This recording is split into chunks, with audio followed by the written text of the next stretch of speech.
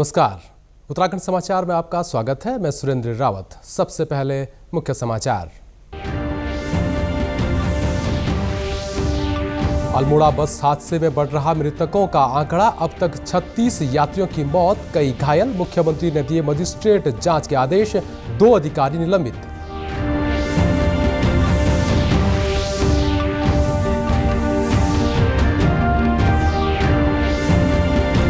अल्मोड़ा बस हादसे में मृतक आश्रितों को प्रधानमंत्री राष्ट्रीय राहत कोष से मिलेंगे 2-2 लाख रुपए। प्रत्येक घायल को 50,000 की मदद की घोषणा। मुख्यमंत्री पुष्कर सिंह धामी भी कर चुके हैं मुआवजे का ऐलान।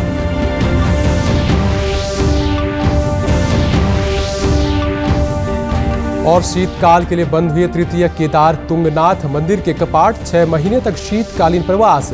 मक्कू मठ में विराजेंगे भगवान तुंगनाथ। इस साल 2.25 लाख श्रद्धालुओं ने किए दर्शन। और अब समाचार विस्तार से।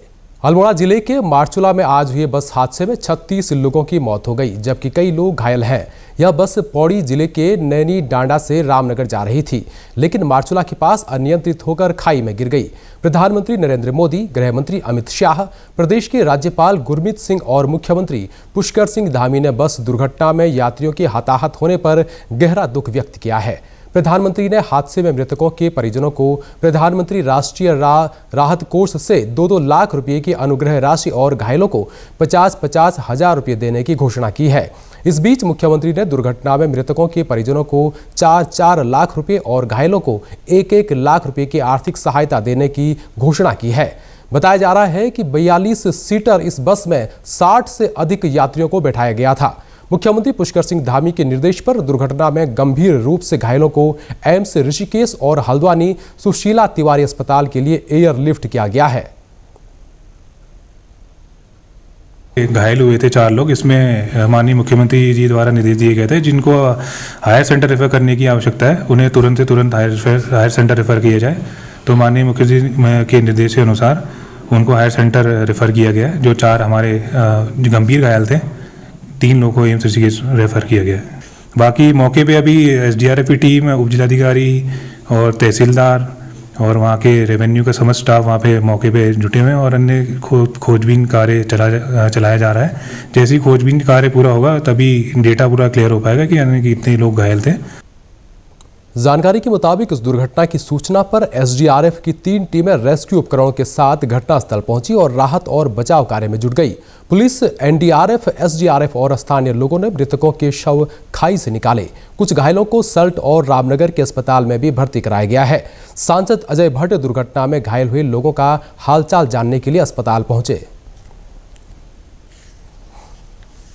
इलाज में कोई कमी नहीं है, सब स्पेशलिस्ट वहां पर आ गए हैं और सारे लोग जो घायल हैं उनको देख रहे हैं। और जो ज़्यादा ये राय आएगी डॉक्टर से कि इनको हायर सेंटर को भेजिए, तो उसमें मेडिकल कॉलेज हल्द्वानी, अगर यहाँ से भी हायर सेंटर भेजना होगा तो उसके लिए एयरलिफ्ट के लिए हेली सेवा वहाँ पर तत्काल प्रभाव से लागू है और स्टैंड बाय में हेली सेवा वहाँ पर रखी गई है। अल्मोड़ा बस हादसे की मजिस्ट्रेट जांच होगी। मुख्यमंत्री पुष्कर सिंह धामी ने पौड़ी और अल्मोड़ा के संबंधित क्षेत्र के ARTO परिवर्तन को निलंबित करते हुए कुमाऊं कमिश्नर को मजिस्ट्रेट जांच के आदेश दे दिए हैं। मुख्यमंत्री ने कहा कि जिसकी भी लापरवाही सामने आएगी उसके खिलाफ कार्रवाई की जाएगी।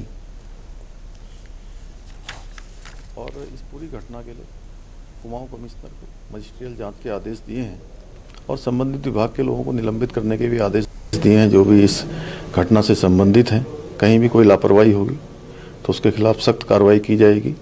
अभी तो हमारी प्राथमिकता है कि घायलों को तत्काल जो है इलाज मिले, जिससे कि उनका स्वास्थ्य जो है जल्दी ठीक हो। और इसके लिए सभी अस्पतालों को भी निर्देशित कर दिया गया है। सभी अधिकारी मौके पर जा रहे हैं। अल्मोड़ा बस हादसे में गंभीर रूप से 3 घायलों को एयरलिफ्ट के माध्यम से एम्स ऋषिकेश पहुंचाया गया है, जहां उनका इलाज चल रहा है। स्वास्थ्य मंत्री डॉक्टर धन सिंह रावत ने एम्स ऋषिकेश पहुंचकर घायलों का हालचाल जाना। उन्होंने बताया कि सभी घायलों को उच्च स्तरीय चिकित्सा सुविधा उपलब्ध कराई जा रही है। उन्होंने एम्स प्रशासन को घायलों के उपचार में किसी भी प्रकार की लापरवाही न बरतने के निर्देश दिए हैं। जो अब खतरे से बाहर हैं, मुझे भगवान से प्रार्थना है कि वो अब जल्दी ठीक हो जाएंगे। कुछ मरीजों को हमने काशीपुर भी इलाज के लिए भेजा है, कुछ मरीजों को हमने जो घटना हुई है उसमें से हल्द्वानी भी भेजा है। लेकिन मुख्यमंत्री जी के मैं धन्यवाद देना चाहता हूं कि उन्होंने तुरंत इसकी मजिस्ट्रेटी जांच बिठा दी है और मृतक परिवारों को जो है 4-4 लाख रुपए देने की भी घोषणा उन्होंने की है। जो घायल हुए हैं उनको 1-1 लाख रुपए देने की घोषणा की है। सबसे बड़ी बात यह है कि हमारे राज्य में जो एयर एम्बुलेंस सेवा हमारी है उससे कई लोगों की जान बचाने का काम किया जा रहा है। आप देख रहे होंगे कि 3 मरीजों को हमने तुरंत यहाँ जो है एयरलिफ्ट कराया है। तृतीय केदार तुंगनाथ मंदिर के कपाट आज सुबह 11 बजे शीतकाल के लिए बंद कर दिए गए हैं। इस मौके पर 500 से ज्यादा श्रद्धालुओं ने आराध्य के दर्शन किए। इस मौके पर पूरा मंदिर परिसर बाबा तुंगनाथ के जयकारों से गूंज उठा। मंदिर से लगभग 3.5 किलोमीटर का पैदल रास्ता तय करते हुए डोली दोपहर 12:30 बजे अपने पहले पड़ाव पर भूतनाथ मंदिर चोपता पहुंची। यहां पर सैकड़ों लोगों ने आराध्य के दर्शन किए।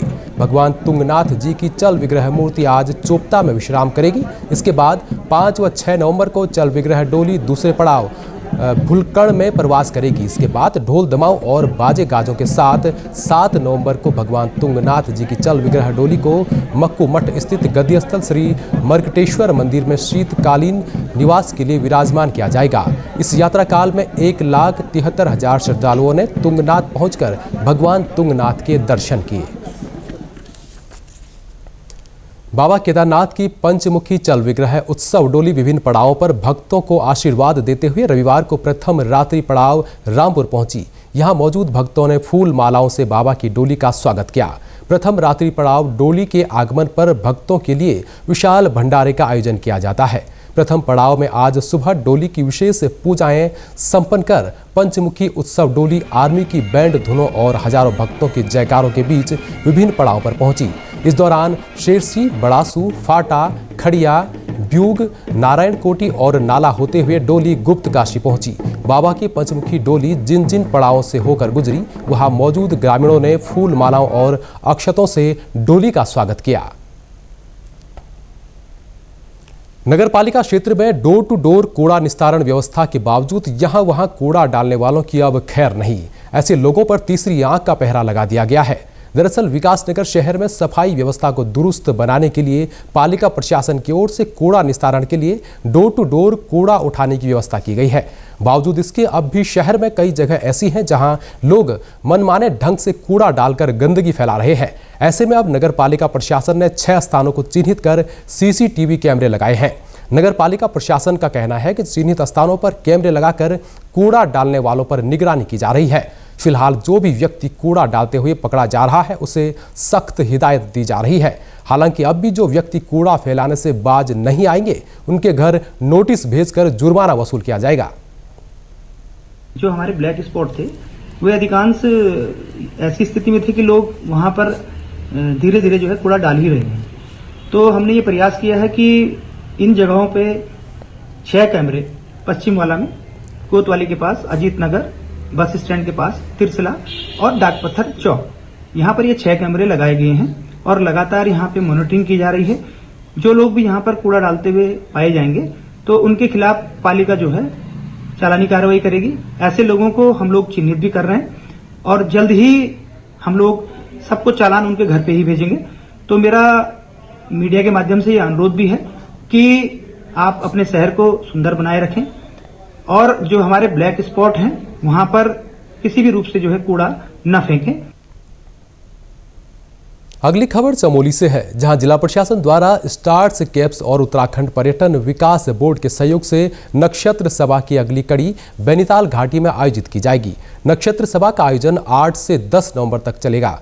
जिला पर्यटन विकास अधिकारी वृजेंद्र पांडे ने बताया कि प्रतिभागियों को इस बार शानदार तोरीट से उल्का वर्षा देखने का मौका मिलेगा। साथ ही नंदा देवी जैव मंडल रिजर्व की निकटता से स्थानीय वनस्पति और जीवों पर चंद्रमा के चक्रों के प्रभावों के बारे में जानकारी मिलेगी।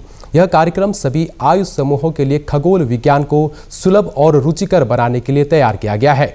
उन्होंने कहा कि आसपास के ज़्यादा से ज़्यादा लोग इससे जुड़ें। जिससे यह पर्यटन के साथ साथ आजीविका का स्रोत बनकर निकले।